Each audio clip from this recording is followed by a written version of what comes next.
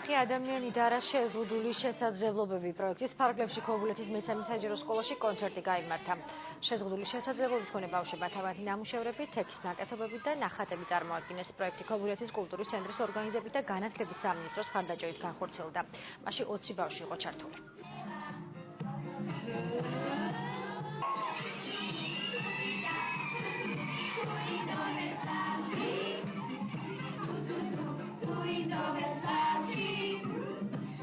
ძალიან კარგი პროექტია.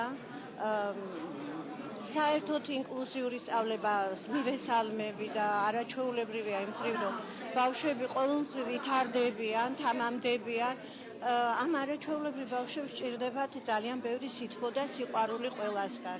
ბავშვები ჩართული იყვნენ აქტიურად და ხელოვნების სხვადასხვა დარგებს ეუფლებოდნენ. დღეს კი გაიმართა დასკვნითი ღონისძიება. ბავშვებმა წარმოაჩინეს თავიანთი ხელნაკეთი ნიმუშები და ღონისძიების დასასრულს დასაჩუქრდნენ ფასიანის საჩუქრებით და სიგელებით ღონისძიებაში აქტიური მონაწილეობისათვის. ეს უკვე მეოთხე ღონისძიება, რომელიც მუნიციპალიტეტებში იმართება, დარჩა ქედის მუნიციპალიტეტში. ჩასატარებელი, ეს არის ძალიან მნიშვნელოვანი ჩვენთვის, რომ დღევანდელ დღეს დაემთხვა ეს ღონისძიება